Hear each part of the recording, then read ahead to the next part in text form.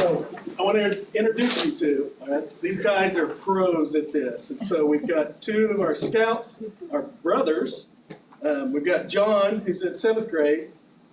You guys are about the same size, so. Who's John? Wow. Your little brother's like, is he going to beat you in height? Or? Probably. And then Saint, which has got the greatest name ever, Saint Valentine. Yep. They're going to do the pledge for us, so we're very honored to have them today. I pledge allegiance to the flag of the United States of America and to the republic for which it stands, one nation, under God, indivisible, with liberty and justice for all. Jay, will you read? I will do. Heavenly Father, we just thank you for this awesome day. Thank you for the needed rain. We just thank you so much for our leadership, our school board, who helped direct us through all of the things that we have to go through to make this a successful school district. And we just thank you also for the great staff that we have who love and care for our kids, and just awesome students who do their best to try to excel.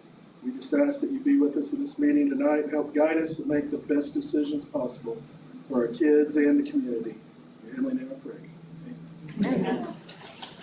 We're going to call it to order, and I just want to start off by saying thank you to all of our teachers. Thank you. You guys are amazing, and I hope you're getting spoiled rotten this week. So, on to the best part of the whole meeting, every time.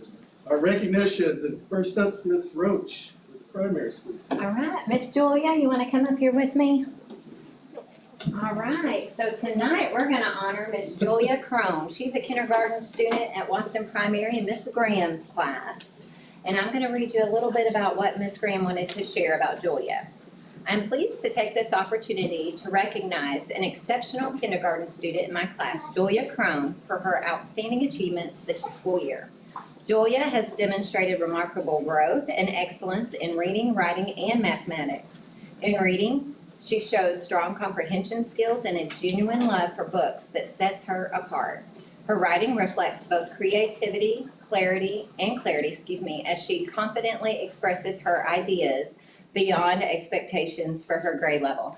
And Ms. Graham sent me a book that she had made about recycling, and I forgot it on my desk, and I'm so disappointed in myself because you guys would have just absolutely thought it was phenomenal.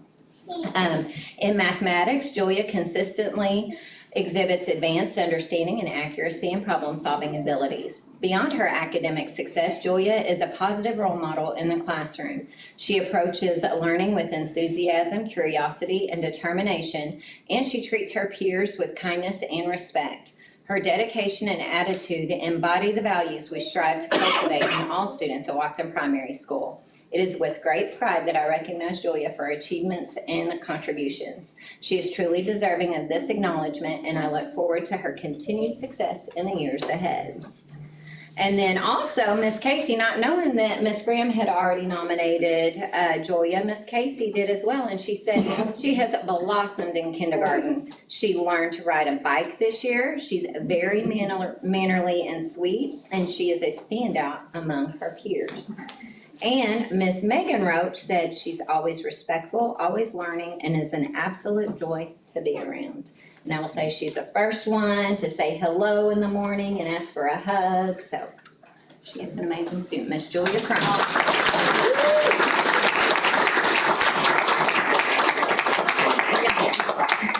I'm going to do it right here. Yeah, okay, good. That podium was just in the way.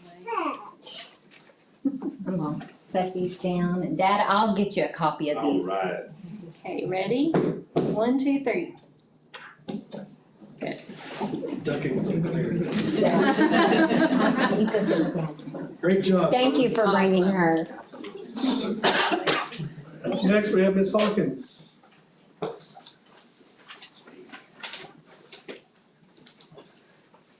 All right, it is our pleasure to recognize Peyton Kelly as our student of the month. Come on up here, Peyton. Peyton is a 4th grade student who's always willing to lend a helping hand. We're thankful to have her as part of our HIS family. We're so proud to have Peyton represent our school at tonight's board meeting. We want to share a few things our staff had to say about Peyton. I was blessed to be her teacher last year, and she is not only an incredible student, she is sweet and a kind human. She is always the first to offer help to her classmates and staff members. She works incredibly hard and is inquisitive learner. She has the patience of a saint, never being rude or inconsiderate. The ultimate role model in her class. She always speaks respectfully and finds positive in every situation. And then some others said about you. Not only is Peyton a kind student, she also excels academically. She always tries her best and has a positive attitude. She's a great example to her peers and always does what is right. She is such a blessing to me. She always has a positive attitude and a smile. She is a friend to everyone. She is a responsible student who can be trusted to go on errands and sit by others who need assistance. We are incredibly proud of Peyton and all that she represents. Congratulations, Peyton. Good job, Peyton.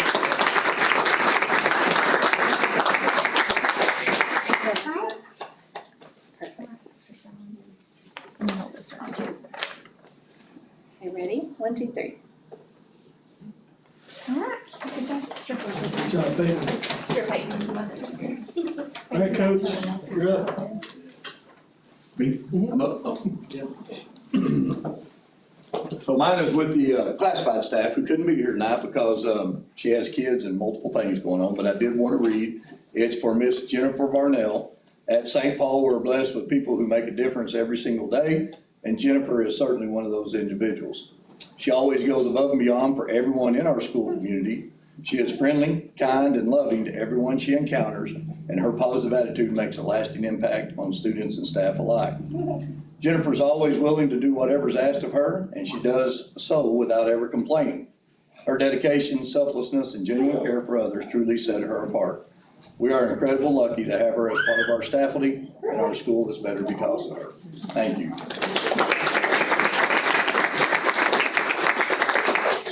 All right, Mr. Nichols.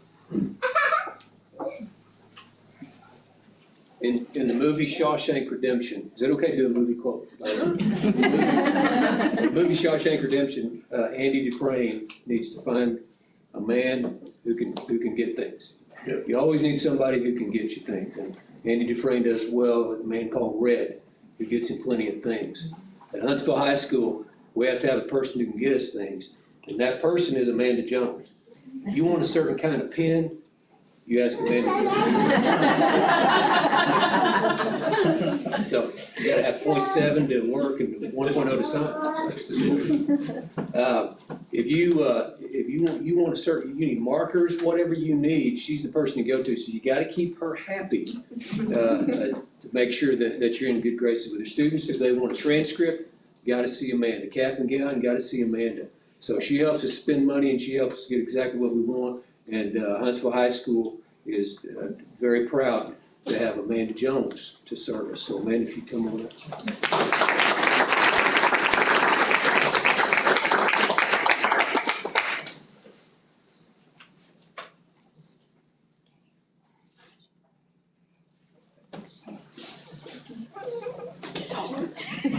So, Sarah, you filling in? Yeah. Okay. I got it. Oh, but I need my notes. You mean hold all those? Yeah, they're heavy.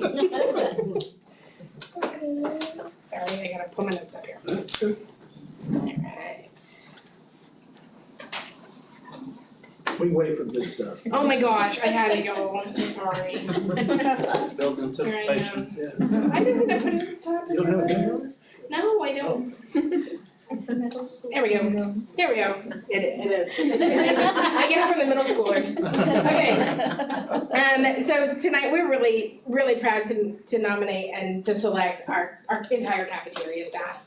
And the nomination originated from a teacher who said, "I'd like to nominate all of our cafeteria workers for our classified staff of the month.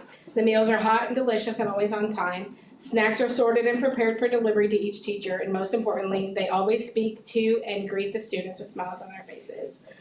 Additionally, somebody said our cafeteria team brings so much more to our school than just meals. They bring warmth and kindness and a welcoming spirit every single day. And finally, with friendly smiles and a willingness to help, they make sure every student feels cared for and seen. We know they work hard daily behind the scenes and on the serving line to keep things running smoothly, often without recognition. We are truly grateful for our cafeteria team. So we have Linda Nelson.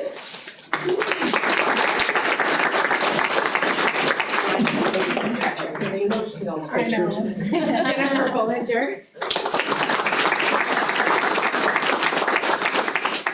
And Neil Schaefer. And their fearless leader, Amy Clampett.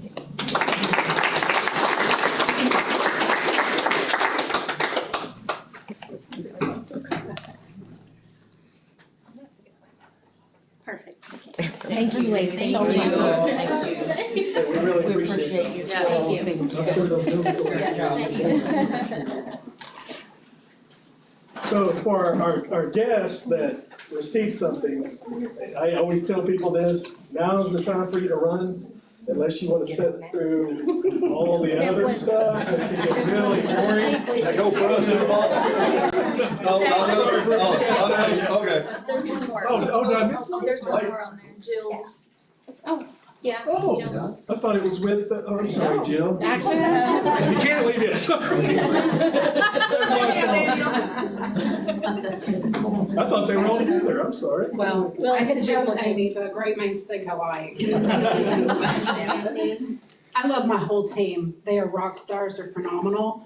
Amy has been my second hand this year. She has helped me through new manager training when I couldn't be at 2 places at once, sometimes 3. I just appreciate and love you guys so much. And thank you for letting me borrow her. That was touch and go. It was for a rough, minute. right. so not 1, but 2. Yeah. Wow.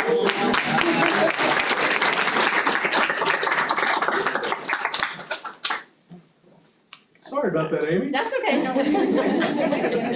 That's a first, we've never had a 2 in 1 night, yeah. That's amazing. Popular one. That's right. Now I think we're done. If you want- Now if you wanna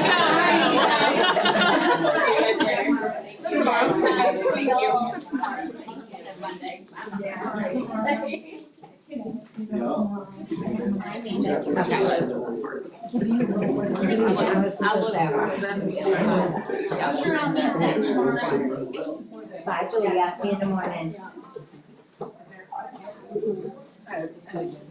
Girl that. Thanks for coming. Okay, I think we're ready for the consent items. Anybody have any questions on the consent agenda? If not, I'll take a motion to approve. I'll make a motion. Motion to second. All in favor? Okay, thank you all. Next, we have Ms. West is gonna give the annual report to the board.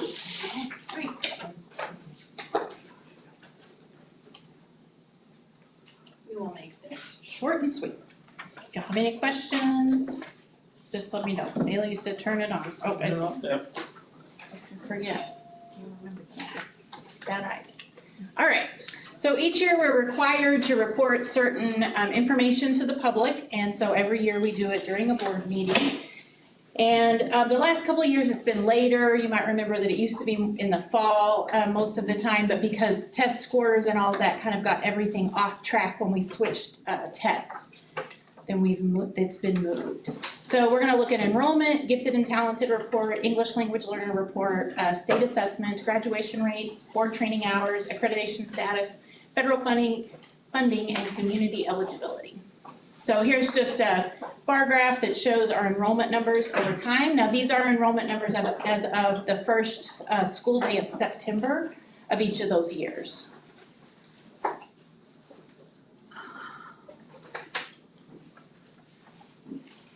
Okay. Gifted and talented education, our director is Mr. Robinson, and our students served, you can see there, I won't read through all of those, but by grade level.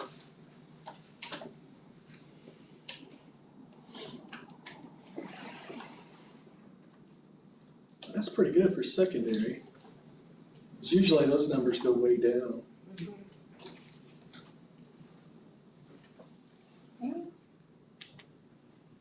And then our English language learners, director is Sherry Kozad. And we have 158 active students served, 63 monitored students, and then there's the breakdown for across the district by school. And you can see that those start out high, which makes sense because as they're coming in, then we have more students that qualify and then they become proficient and are able to eventually move off.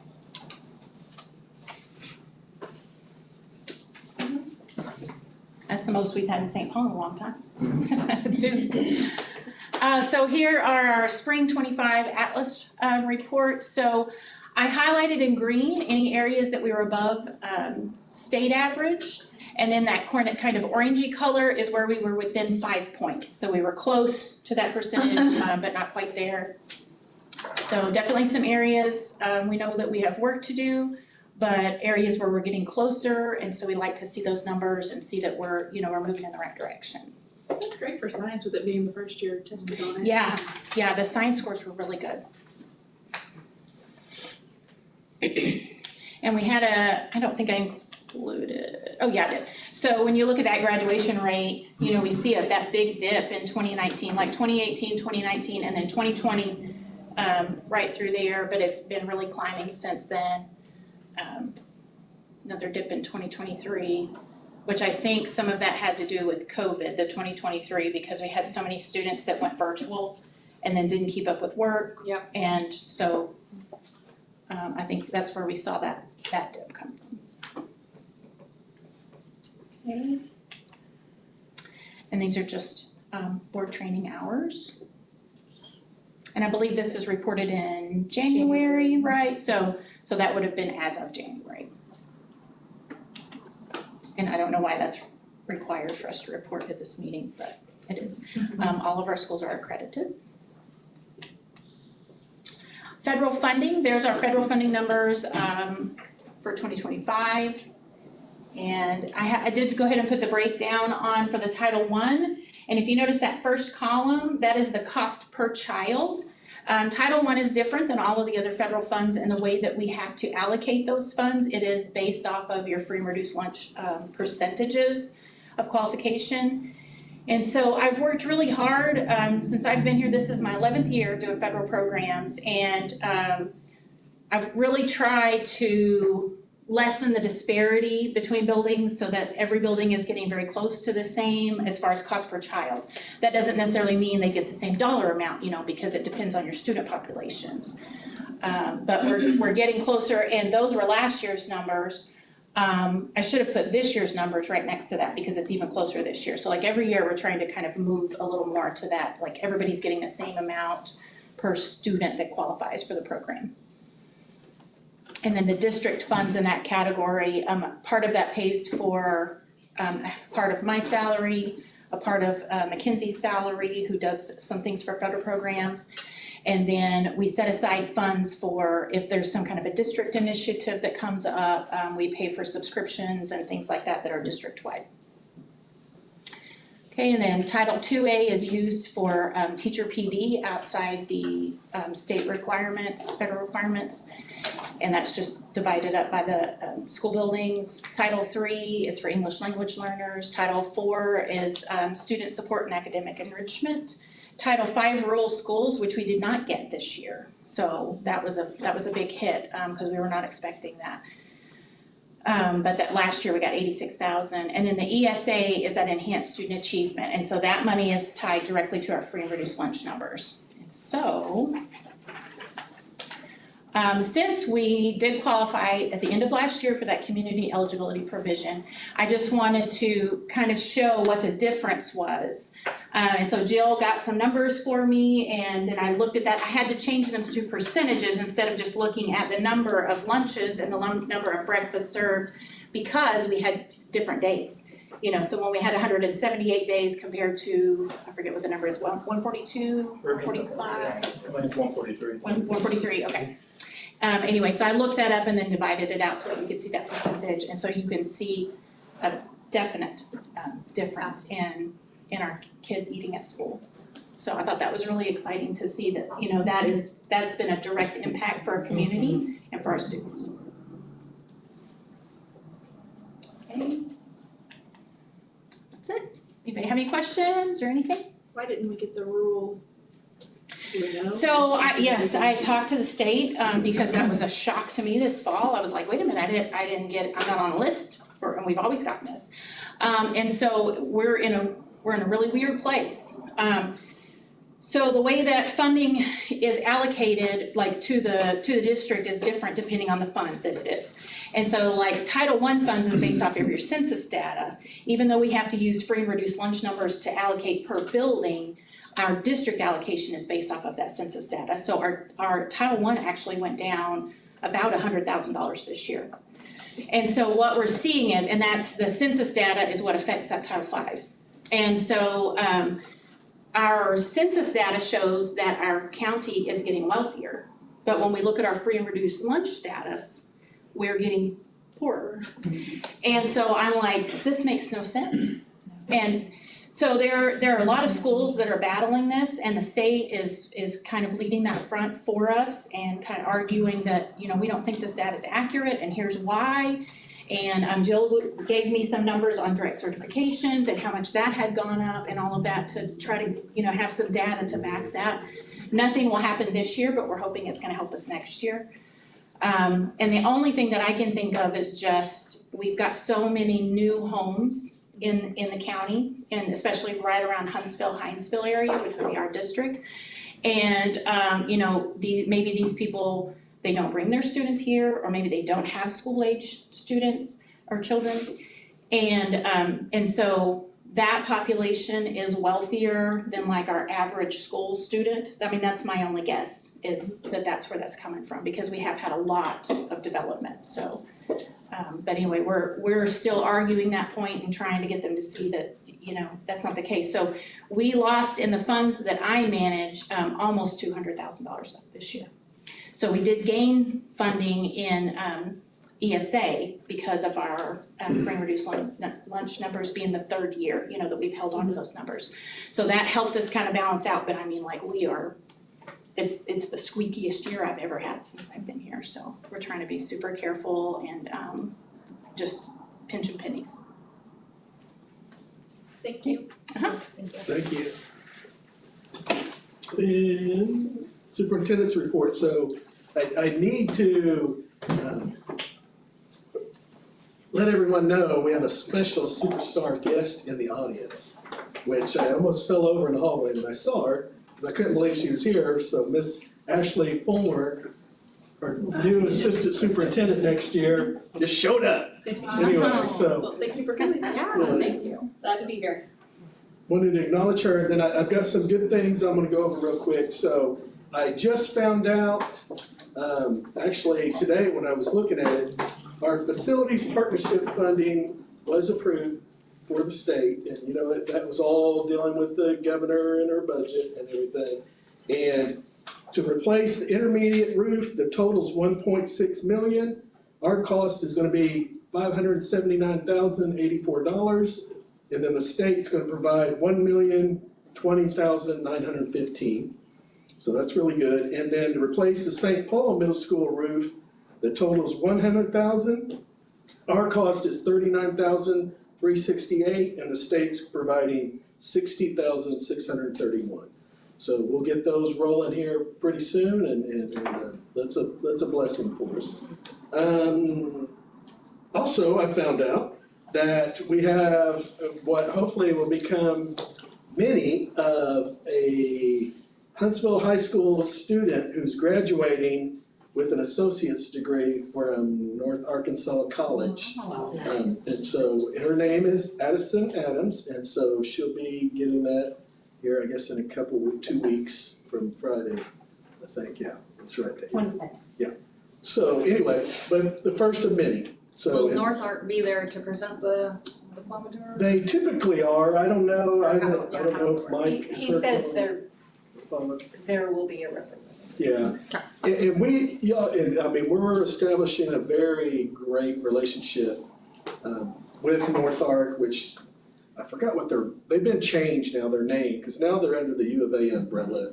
And so we'll have some good things to announce here, hopefully pretty soon, about our relationship with them.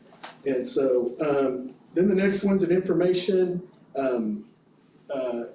an early release date on those last 2 days of school, Tuesday, May 26th and Wednesday, May 27th. We're gonna release early at 2:30 It's 6 hours is the state requirement for a day. And so that'll give us 6 hours and it's at the end of the school year. So I think it'll be very helpful for those 2 days for an early release. And then he's probably gonna get mad and throw something at me, but I just wanted to thank Bobby and acknowledge him for the work he did on getting the insane passing zone removed from in front of the school, which that just is crazy. But y'all, I think about him and there's no telling how much work he had to put into that. Because whenever I've had to deal with the Department of Transportation, I get nowhere. So Bobby, whatever you did, good job. We appreciate it, so. Just brought it to light, kept it in the light. They promised to put it in there. And, of course, they said it'd take a while, but, on the crosswalk, they said they'd do the crosswalk too, but the city would be responsible. So I talked to the mayor and, I didn't get no real for sure answer back, but we'll have a crosswalk. Good deal. And the one thing that, I hopefully you've noticed, and I'm not taking credit for it, I'm gonna give credit to Bailey. It'd been mentioned to me at least 2 times about the danger of our middle school kids coming off the hill and crossing the road, kind of at the Y, but at the one where we have the crosswalk. And so we are employing crossing guards there in the afternoon to get our kids safely across there so we don't end up having an accident, so. Thank you. And that is it for my superintendent's report. You did be quick. Huh? Did you do? I know, I'm trying not to talk so much. I get excited. So the next is the finance, if anyone has any questions, well, Tina will entertain those.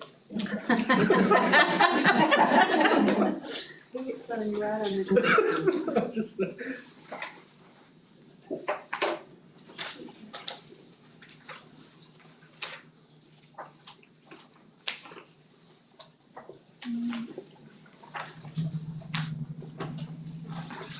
And I would say, if you wanna look at the bottom line, the last page of the totals at the bottom, that kind of tells everything, and so, we're doing a pretty good job, I think.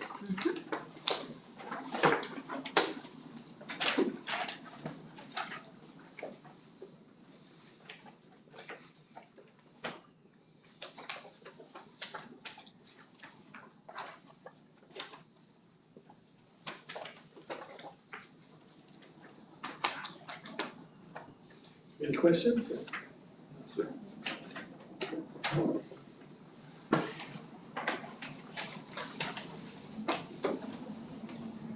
Need a motion? Oh, we need one. I was like, I'm waiting to ask. Sorry, I'm out of practice. Motion by Bobby, say with Natalie, all in favor? Thank you.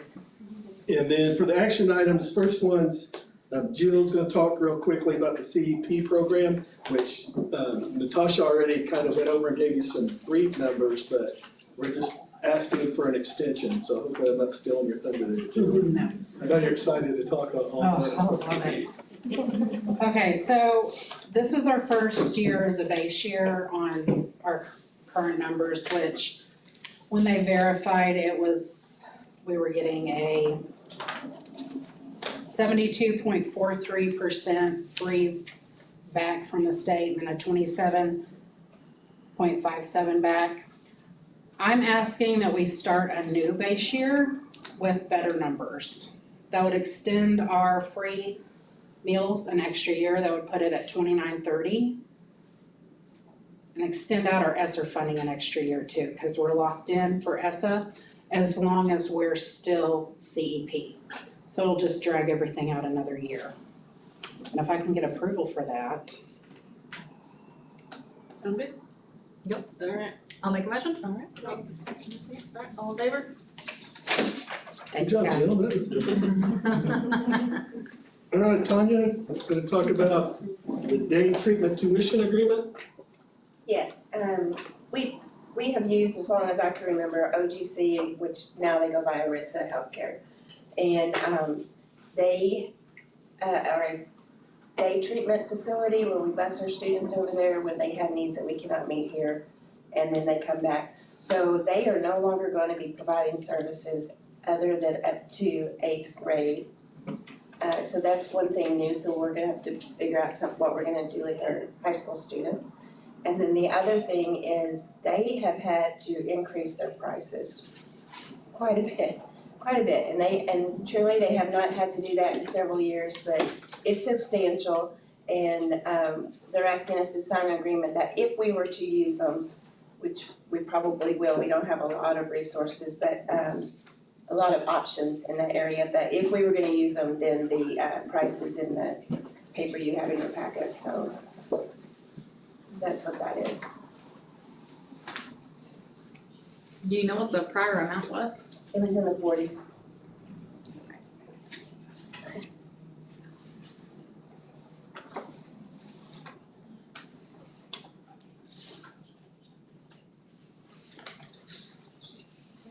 Pretty much two kids, because it's not like we can. Yeah. It's not another house. It's quite a lot of It is. I'll make a motion, and then Natalie, all in favor? Okay, next is, so from the auditor, and so I was jokingly said this the other day, so hopefully the board, you've had time to go through this complete audit packet with all the numbers and everything, and so, you know, I'm proud to say Brian had a good audit, because remember, it's always the past year. So hopefully I'll say Jay had a good audit next year.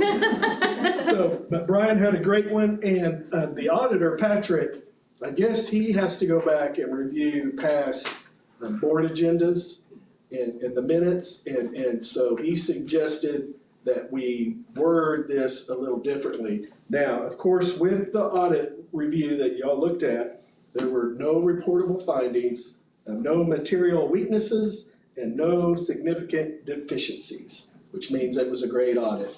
But we do, I need y'all to make a motion that you've reviewed the findings and recommendations and you've taken action to approve it. The way it needs to be worded, but if you can just say approve it, then Tina will take care of the wording for it. Okay. So Patrick's happy because you want to do what the auditor says. Right. Alright, so can I get a motion to approve the audit? I'll make a motion, second. Alright, all in favor? Thank you.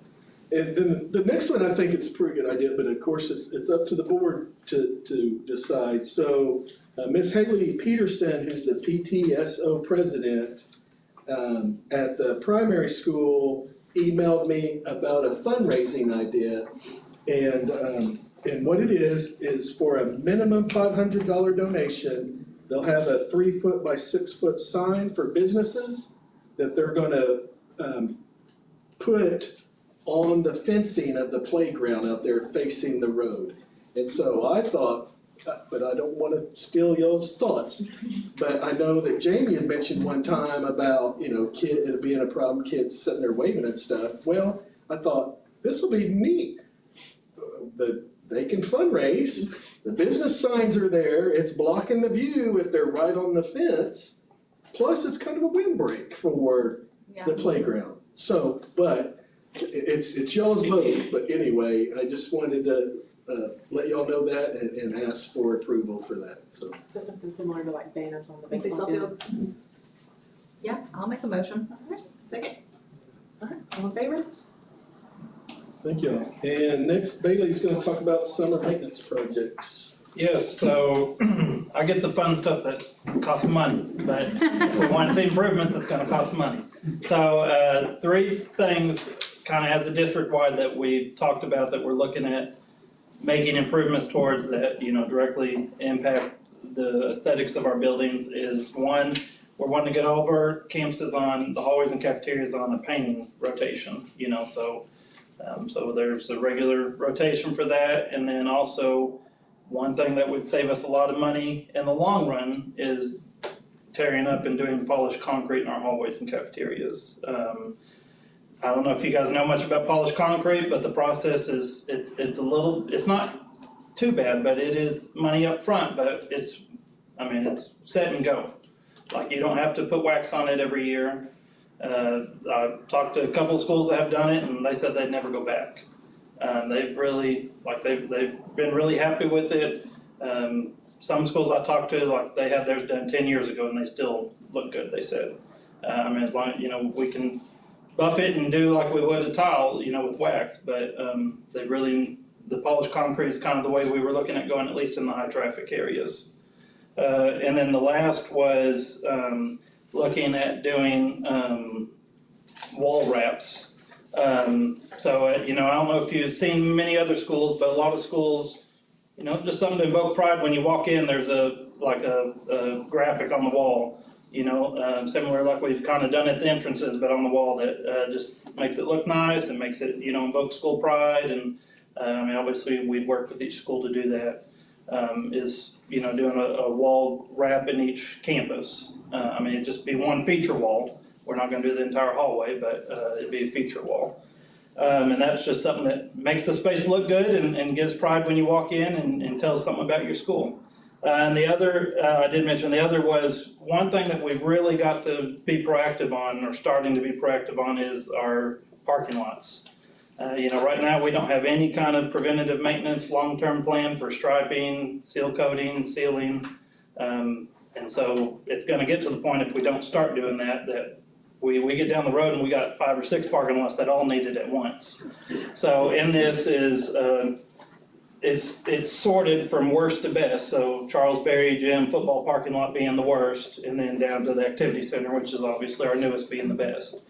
It's sorted, it's graded, and worst to best. And so the idea is that we would just start and we do something every year so it's on a rotation. And so obviously this is a lot of money, and what we're asking for is for you to approve this, and then Jay's just gonna let me spend what we have in the budget, or Tina. And so we're just trying to, we wanna go ahead and get everything approved so that we can spend what we have within the budget to do. That'll cut down on the delays, y'all, to get work started. So I don't have to wait till next month to come back and ask y'all if we can work on a parking lot. If you go ahead and give us the okay, and you trust me, you got to there, it's gonna keep me in check. And that way we can decide on what we're gonna do, when, and how much we're doing as far as money wise. But we all, I told Bailey this, we've gotta treat every campus the same. And so with the floor, I haven't seen any tile in any building here that looks good. It's cracked, and everywhere, and discolored, and, but the concrete floors though are they're just amazing, and I've done them in other places where I've been, so. So is that where you pull up the tile and then seal the concrete? Yeah. Okay. Yeah, they'll kind I of, just didn't know, they yes. would put any kind of new concrete over the top of that, or they just pull the No, tile they up and then pull it seal up. it up? polish it. A lot of places call it stained concrete, they can add color to it, and then, they put a real thick sealant over it, and it looks like ice. It just looks really good. It's They a do lot that. easier to maintain and take Okay. care of, so. But we'll, Bailey and I have talked about that, depending upon the money, we might have to do sections at each building as we go, if that makes sense. Just so we've got it started everywhere and people can see it and we can keep up until we're able to complete all that, so. And the goal for this is we'll know for planning for future, like we know we need to probably be doing a parking lot every year, so we can already know, in a couple of years, this is how much we'll need for that parking lot. And so we're just trying to be proactive so that we can plan ahead and budget for those items. And all this is in addition to what our own people are gonna be doing during the summer. We're still gonna be stripping and waxing. We've been working with the custodians and principals on coming up with a rotation, a 3-year rotation on our stripping and waxing. So within a 3 years' time, every room, every floor should be stripped and waxed. So we're really trying hard to kind of get all that preventative maintenance stuff and processes in place to do that. Can I get a motion to approve the summer maintenance projects? All in favor? Okay, the next one, Bailey's gonna talk about a position for communications coordinator and tech integration specialist. Yep.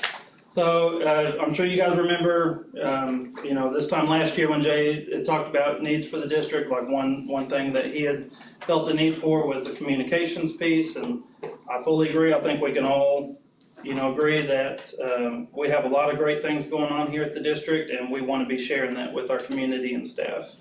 Dr. Joe was the one that told us if we don't control our story, someone else will. And so we, want to do a good job of trying to get someone in that's gonna be able to share our story and share all the great things that we're doing here, our staff and students, and just highlight them.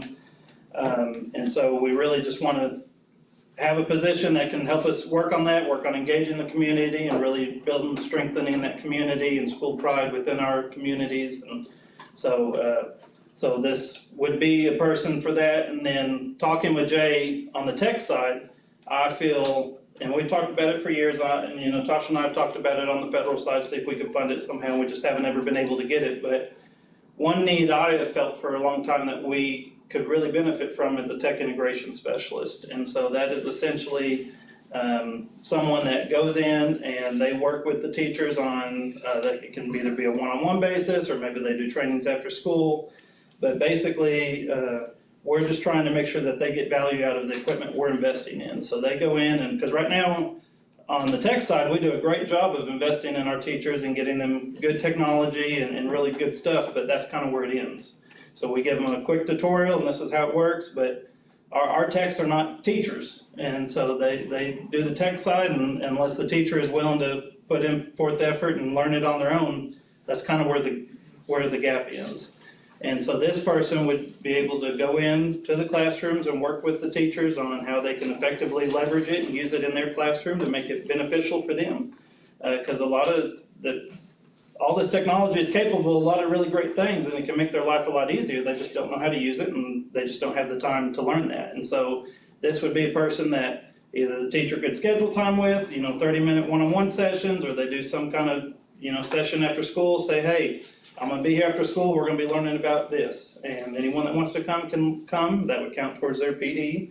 And so this is just kind of a need that I've felt for a long time that we need, and they would be in the buildings, and so I felt like it was a good partnership with this communications piece that could be a dual role where they're already gonna be working in the classrooms, in the buildings. And so maybe that could be a good role combined for that. And I hope, I feel like a little bit I might be putting the cart in front of the horse, but, I'm sure that the board looked at the agenda, and I'm highly recommending Bailey to continue with the additional facilities piece added to his job duties. Being totally transparent, I have not had anything but compliments in these months since he took that on for us. And people have been thanking me for putting him in charge of that and him doing that. And he's, hopefully we've talked a lot about it and is accepting of that, and hopefully the board will be accepting of that also. So it's really, instead of having two, with that other position, that's combining that into one. So we're really not making another position. It's just because we've already had two that we're combining in one, if that makes sense. So we're not, having two different people paid, maintenance, custodial, and technology. That's being combined into one, and then we're asking for this position, if that makes sense. Did I verbalize that good, or is that pretty good enough? I'm confusing myself. On the communications coordinator part of it is kind of the job duties of that, is that kind of like a spokesperson or like a social media. social media, Yeah, Facebook? yeah. Yeah, essentially- Right, you weren't here last year. Yeah. Oh, yeah. Yeah, we community communications coordinators, it's really on the community engagement, like they could still be used for public releases, but really our plan is any kind of public releases, for issues like that would still come through us. Yeah, if we had an incident like we had in the fall, that's on me to make sure that with the news media or TV trucks show up and everything. This is more just like social media. Yeah, so right Yeah. now you gotta know where to look if you wanna know when something's happening. And so this would get it centralized to where. And I don't have social media, so. But I hear stuff about me all, anyway, but. Like the volleyball game tonight, if you didn't know to look on the volleyball or athletics page, you probably didn't know that was going on. Right. Can I get a motion? Alright, all in favor? Thank you all. And Matt's not here. I thought, Paul, I hate to throw you under the bus, but I don't know, there was a I'm sorry. error on the salary schedule that they approved a couple of months ago, and I know Matt was at Alpena today, but I thought he was gonna be back to change it, so I don't know, he didn't tell me how big of a rush it was, so I'm sure it can wait, cause it'll be on the salary schedule for new contracts, which don't begin till July, so we can probably handle it at the June meeting. so yeah, we could table that if you'll make a motion to table it till Make next a month. motion to table item G. Make a motion? All in favor?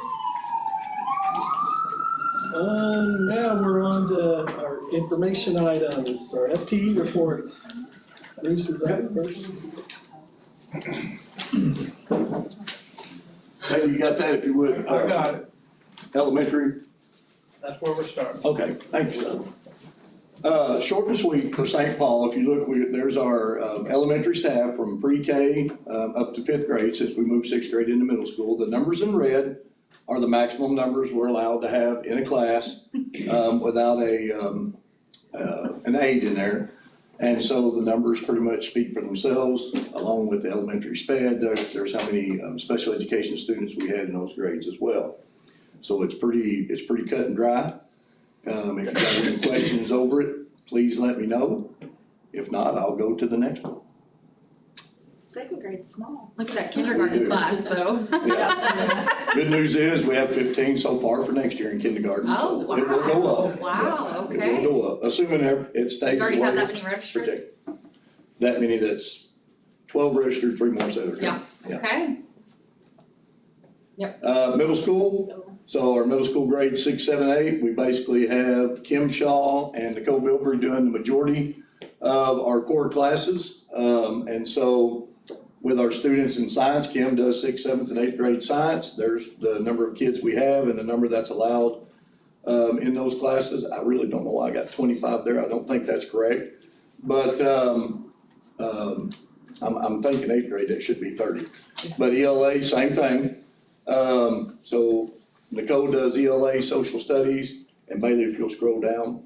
And again, it's the same kids, 6, 7, 8. And then we have Coach Upton in PE with those grades as well. And then Coach Upton and Miss Tiffany Smith and Krista and Mr. Alexandra, they also do our elementary pull-out schedule with them as well. And of course, Mr. Murray is our K-12 counselor, so he has all kids tied to him. At the high school science teacher, you know, she teaches all of our biology, integrated science, environmental chemistry. There's a number of kids, I know some, you know, it looks like there's not very many kids in some class, but those are split. We have kids due to scheduling conflicts that may have been in those classes that take those classes concurrent. So, you know, it's hard to build a schedule when you have a teacher that teaches multiple subjects. And, you know, when you go to try to make a change, then it has a domino effect and it just tears up your whole schedule. So some of those numbers look a little skewed, but again, every teacher in grades 6 through 12 has a 30-minute RTI period built in each day where they have a block of students anywhere from 12 to 20 kids in that RTI class. Ms. Yates does our high school math, and with an 8th grade algebra section built in as well. Again, numbers in red are the max. The number of kids we have some kids that take the geometry, trigonometry classes. They do that concurrent. A lot of those are your senior type kids. They want to be gone by the lunchtime anyway. Algebra ma'am. 2 is, who is teaching Algebra 2? Is it someone teaching one of the other mathematics? So Algebra 1 is all the way up to is Ms. Yates. She does all that. And so the 8th grade, I call it general math, is Kim Shaw. And so Ms. Yates has Algebra 1, Algebra 2, trig, geometry, and quantitative reasoning. Okay. Yeah. And again, you know, we have to build in, you know, like Mike's campus, he may have 4 or 5 Algebra 1 teachers for the number of kids.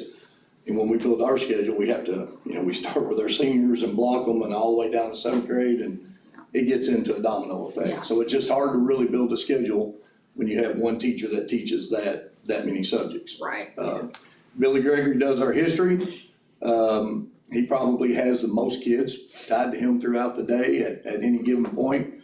We started a leadership class this year. It's one of the things from Renaissance that we picked up about getting leadership built in, and so Arkansas has a leadership curriculum that we use, and so we've started that, and hopefully we'll expand on that.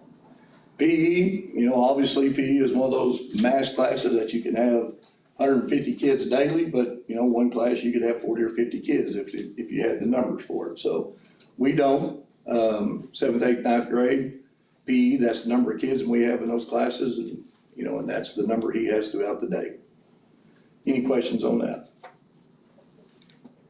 You have any questions? Of course, I put in athletics, counselor, computer lab, our concurrent, our CTE programs with our contracted labor with Mr. Whalen. That program's been fantastic. He teaches 4 periods a day, first period through 4th period. He's on a half-day contracted labor with kids tied to him. And in his classes, the maximum's not 30. It's around 10 to 15, depending on the amount of equipment we have that can make with each class. I hope that makes sense to you in the lab. Any questions? Yes, sir. Out of your CTE students, do you know if any's going on for future education out of our CTE? I do not know. I heard today not. I don't believe there's any right now that's graduating this year, but our juniors and sophomores who are going through the program, I could see some of those doing it. Yeah, well, I'll probably drop in tomorrow and get a list of the graduates who are graduating, because usually I'll give my scholarship to a CTE student. Yes. But I do want to give it to deserving kids. Oh, please do, yeah. Stop by and see Mr. Massey, please. Thank you. Yeah. Any other questions? That's all I got. Okay. Thank you. Thank you, Thanks, Bruce. All right, Ms. Hawkins with the intermediate.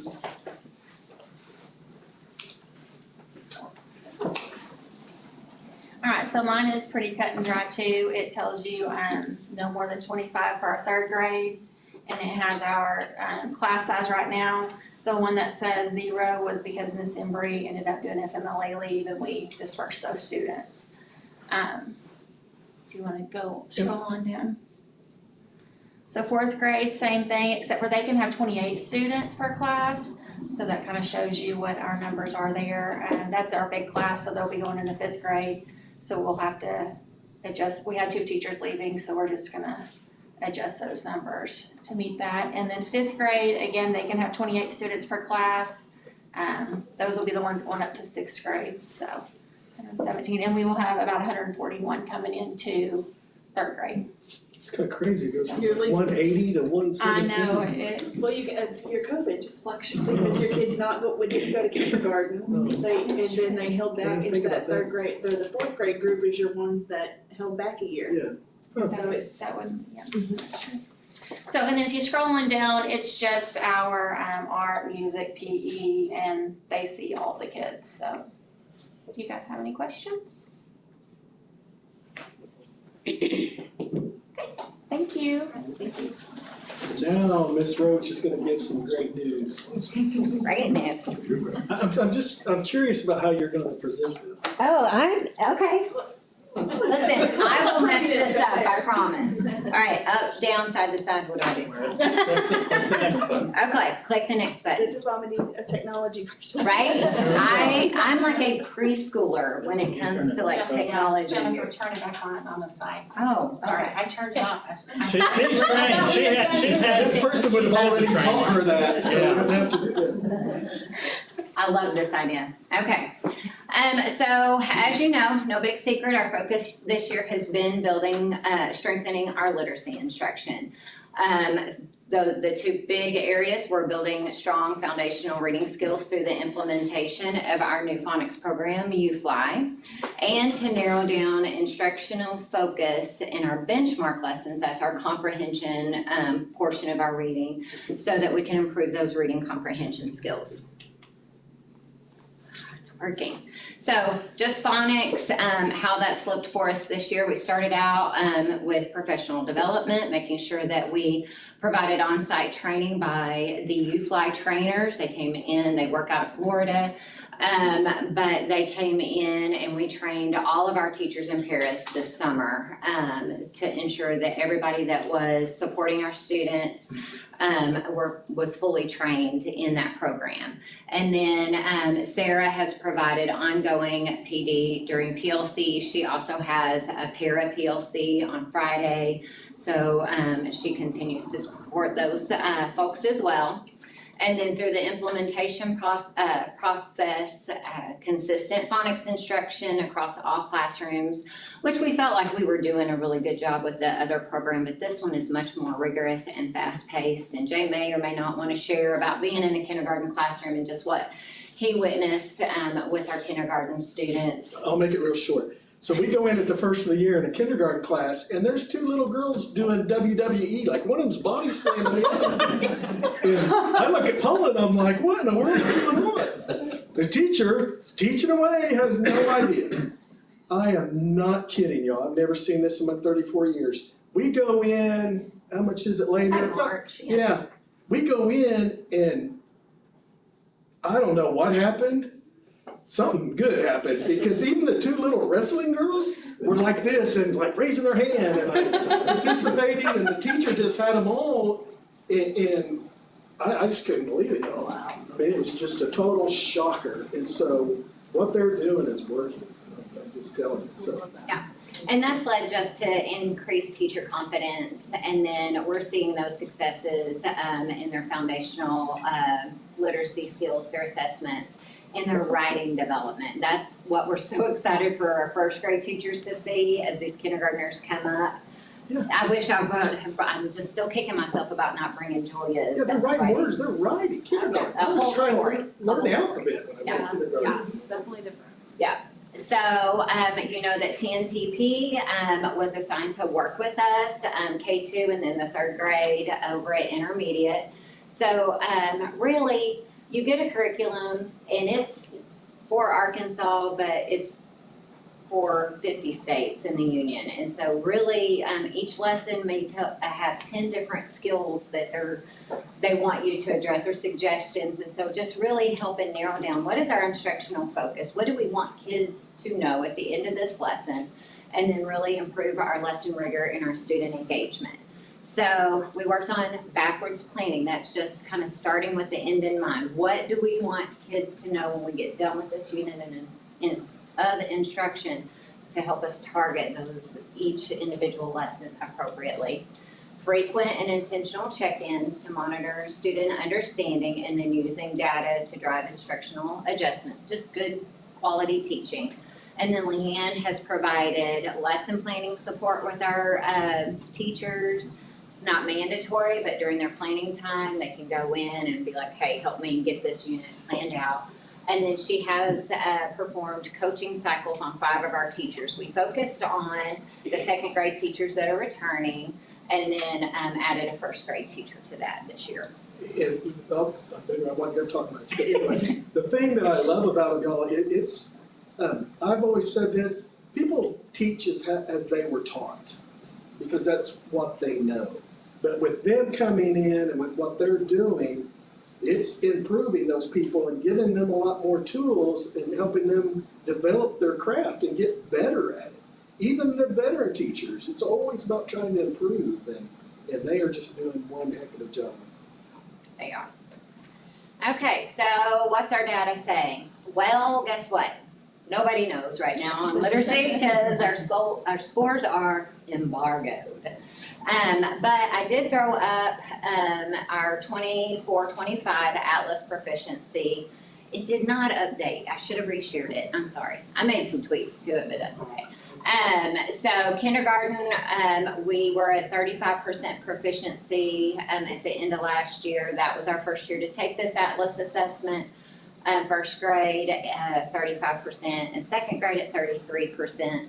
And then our plan is to continue to focus on building fluency, so we can get words off the page, but being able to do so fluently so that it doesn't impact the meaning. And then continue to build that school-wide culture of reading. Miss Williams, our librarian, is growing in her role, and so she's excited to really kind of get back to accelerated reader and just building that love for reading with our students. And then our big project this summer is going to be to align our report cards with those learning descriptors in Atlas. And when we kind of were reflective about our success in kindergarten, we realized that the report cards were pretty much aligned. So it's not that we're teaching to the test, but we know where our students need to perform at. And so of course, we need to be assessing those through the year through our report cards and just communicating better with parents about how they're mastering those. But here's one little peek that I did sneak through. So before they took our scores down, I do have to share this. So remember our kindergarten scores last year were at 35% proficiency.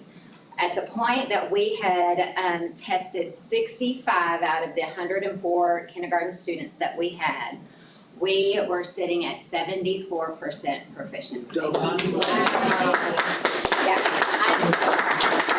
that's all I know. I printed those because Jay and Paula were coming over to help me do some interviews for teaching positions. And I was like, guess what? I can't wait to show you. And then they took them down. So they're not even accessible. But if you don't think it's all on my wallpaper in my office, yeah.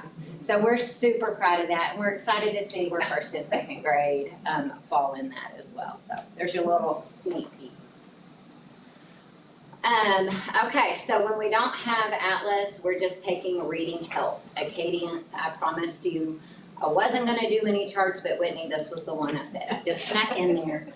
So really what we're hitting is just overall composite scores. What's the reading health looking like? This is pretty much a predictor on how they will perform on Atlas. So kindergarten, we have 72%. That's as of today, Cinco de Mayo. 72% meeting benchmark on their reading in Acadience. 59% meeting benchmark in first grade. There's still kids testing, so this will fluctuate. And then 49% meeting benchmark on the second grade. And this chart that's kind of off to the side is just tracking historical data for the last several years. And really what we're seeing is that end of year column, the words per minute, how quick can they get the print off of the page and how accurate are they? 44% of our students are meeting proficiency on that words per minute and 47% on the accuracy. So definitely we're headed in the right direction. Math, so got last year's underneath. We were sitting at 24% proficiency in kindergarten, 39 in first grade and 43 in second grade. Above that, you see this year's, we're at 41% proficiency in kindergarten. I will say that's not bad for a campus that we really have not had our eye on math. We've been so focused on getting those literacy scores. The idea is when they can read, that'll come. So that's something that we know we're gonna kind of circle back around to and just really make sure that we are applying that same level of focus as we're doing on literacy, that we're providing some professional development opportunities for teachers to just strengthen their knowledge on good instruction. We've thrown around some curriculum changes, so that's all things that are to come. And then again, aligning our instruction with those learning descriptors. So the big thing though, we did from our mid-year testing that we did in January to our summative scores, we improved our number of at-risk. You don't want the level ones, those, that's your at-risk category. From 43% of our students as a school to 29%. So we decreased that number of level ones by 14%. Okay. And this is just the fun stuff of Watson Primary. This year is America's 250th birthday. I was a bicentennial baby, so you know what birthday I'll be having this year as my birthday twin will have as well. But our students in our schools created ornaments that represented our community.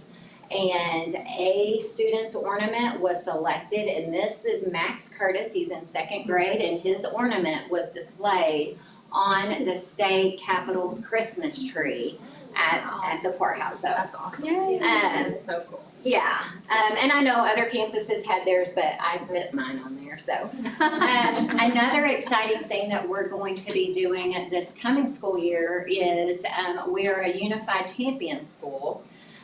Tanya will probably be able to tell you so much more about this, but really what we're looking for is building inclusive opportunities for our students in special education to partner with general education students. And this will look like, these folks coming and supporting Miss Casey in our PE program with some good lessons that she can teach skills to our special needs students, and they can participate in those games and activities and just build that, that acceptance and that unity. And so what you see there is Miss Ivy at the Winter Games getting her award. And so we're just excited to see this program flourish in the upcoming year. And then these are just fun snapshots. I'll give you $1 if you can peep which one is Miss Roach's granddaughter. The sassy one in the corner right there. You see some students doing measuring activities. I want to point out this is Mayor Dotson with future Mayor Jer. This was career day and he wants to be the mayor. So we had to get a little peep of them. You see our 100-year-old students there, and then of course our Veterans Day that we love to do every year. Just students having fun. Jamie, I didn't even mean for that one to be one of yours, but that's one of Jamie's little family members. They were doing the phases of the moon, and so that's an activity that they do every year. And just like kids loving to be at school. And then this is Miss Giffen's art students that came down and did a partner activity with our kindergarten students. So just a little glimpse in the life of Watson Primary. Good. I'll turn this back over. It's over 2 minutes, Jay, I'm sorry. You told me 2 That's minutes. okay, that's good stuff. He ought to know better. All right, Tanya, you want to talk about the? Yes. This will be real fast, because it's got a lot of math vocabulary, and I'm more of a literacy kind of gal. But, every year, the Office of Special Education with DESE will do a matrix, and it's called the Results-Driven Accountability Determination Matrix. But the gist of it is, you don't want to be low score on this, and this is all about the special ed, and they do a rubric about graduation rates, dropout rates, growth academically, how we're doing identifying any students with special needs, all of that kind of stuff, achievement, and then the compliance piece, all about our paperwork and timelines, which is a really big deal. And so the last 2 or 3 years, we have really struggled with over-identification of students with OHI, which would be your students with ADHD, those type of, help me out, can't think of anything. So it's good, yeah, so it's a lot of students with ADHD, the Trauma disorders. DMD, trauma, attachment disorder, different things like that. And so they qualify under other health impaired with that diagnosis as well as their academic tests. And it was also white males. So there's a lot of little boys in Huntsville, Arkansas that happen to be white males that are ADHD. And so that was really, we were really working hard to get that, try to serve them in other capacities or try to find other ways to serve them without that handicapping condition. And then our other one was reporting in a timely manner, which was timelines, getting parents to the conferences and doing them all okay. So we were right on that edge of, if it doesn't get better, we have been working super crazy hard. But we were right there on that edge. If we got a needs assistant again, then their next step would be to come in and help us. And that means taking away some of the funding and telling us how to spend that and coming in and telling us exactly how to do that. But this year, we scored like crazy well, and we do not need assistance anymore, and we met all the requirements. So we're back on the green again, which is super great news. So, if we have any difficulties, it will take a 3-year cycle, but we were celebrating big time, so It's a big I'm deal. happy to report we're back in the green, so that was good news. Good. Thank you, Tanya. Now Mr. Robinson's gonna talk about the Spark Academy. Another great thing. It's very exciting. Let me just give you this, if you can take one and pass it down for everybody. Tonight's announcement is a culmination of about 11 weeks of work and playing tag with the state over phone and email. But in an attempt to grow some legs and increase the quality of our GT program, I'm pleased to share that Huntsville School District has been awarded a grant in the amount of $22,113 for the academic enrichment for gifted and talented in summer. That's a giant phrase for the term Aegis, which basically each summer grants schools across the state an opportunity to just increase the quality of offerings for their kids. These funds will allow us to host a week-long summer enrichment camp called Camp Spark for rising 3rd through 6th graders, and it'll take place this June 8th through the 12th at Huntsville Intermediate. The purpose of the grant is designed to expand access to advanced learning opportunities, particularly for students who may not otherwise have access to gifted enrichment. The cool thing about Aegis is the student doesn't have to be qualified as GT. They can simply be identified as a high potential learner from the state or from their teacher, and we can actually bring them in and let them experience this. And so our plan is to go ahead and open up enrollment next week to all of our current GT students in grades 3 through 5. That's approximately 40 students. The other 20 seats will be filled by going to our 2nd grade teachers at both Huntsville and St. Paul and asking them to identify 2 high potential learners for their class, and then they'll get an invitation to come too. If there are any seats left out of those 60 of the grant money, as part of the grant, we did have to put up a little web page that Bailey helped us with, and we have a student that's signed up this morning from Farmington School District. And so we're going to see students from other school districts come into Huntsville and see the quality of our programs and how much fun we have, and I think it's going to make our kids have a really, really great time over the summer. It's a STEM camp, and so they're going to learn, one day will be on forensics, they're going to learn to solve crimes, they're actually going to rescue their robotic capybara, and so they'll have a robot that they get to take that day. They're going to learn how to make a wave pool, they're going to invent a speedboat and learn how to sell that in an entrepreneurial forum, and then the final day, goodness sakes, they're inventing something that doesn't exist, and all 4 days are going to be packed with really great stuff. And I would invite the board, if you're free anytime during 9 through 3:30 that week of June, come by and watch these kids having fun, because it's going to be out of this world. We're going to be able to, I've got 4 teachers that have already said they would help me with this camp, and they're going to get paid very handsomely to do that, and we're going to love on some babies the first week of June. So thanks so much, guys.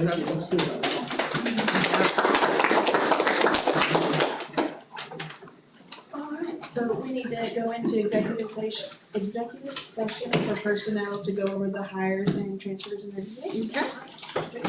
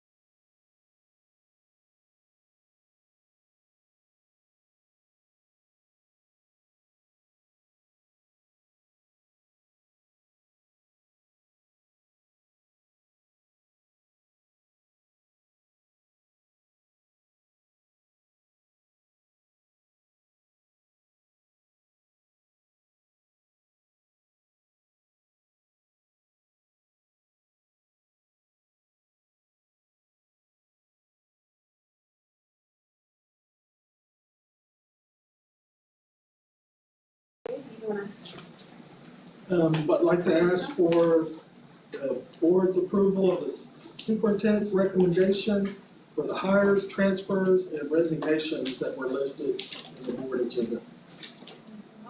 Second. All in favor? Alright. Is there anything in new business? No, ma'am, no new business. Alright, well, that just leaves adjournment. Oh, wait, I do have one question, oh my goodness, I almost forgot. The old building in front of the middle school at St. Paul, did we ever figure out any demolishing plan? No, we're gonna need to talk about all that, what y'all's hopes Okay. and thoughts are about Yeah. that. Cause I've had a couple people ask me. That's a nice one, So, back. One thing I'd like to see done with it, when it is done, is take the rocks, it's got some beautiful rocks in the foundation. And like they did over by City Hall, they made a little memorial type deal there with the bell. And we do still have the bell for the church. I'd like to see a good professional rock masonry incorporate that bell there. And mention the Judd family, Sam Judd in Maryland. They've done so much for that town and school over the years. I mean, yeah, I think it'd be very honorable. he ran the chains when I was on the football team back in the 70s, you know, and he was so supportive of everything. Well, y'all do kind of take in thoughts and ideas of what y'all have, dreams for that. But the building needs to go, for Oh, sure. yeah, it won't, it's a hazard and it's an eyesore. I mean, I think it would brighten the school a lot if the I old. figure you'll see that the siding is asbestos. I think it just needs to go. Yeah, I agree. Start doing 100%. that. I think we could put, seed it with some grass, Yeah, make it that's look good, so it's not. Okay, now we're ready. Kindergarten graduation is May 19th, I left that out. Thank you. May 19th, and we're knee deep in registration and we're already up, so these are the COVID babies coming. Yes, they are. I'll make a motion to adjourn. Alright, second. All in favor? At 6 o'clock. Thank y'all.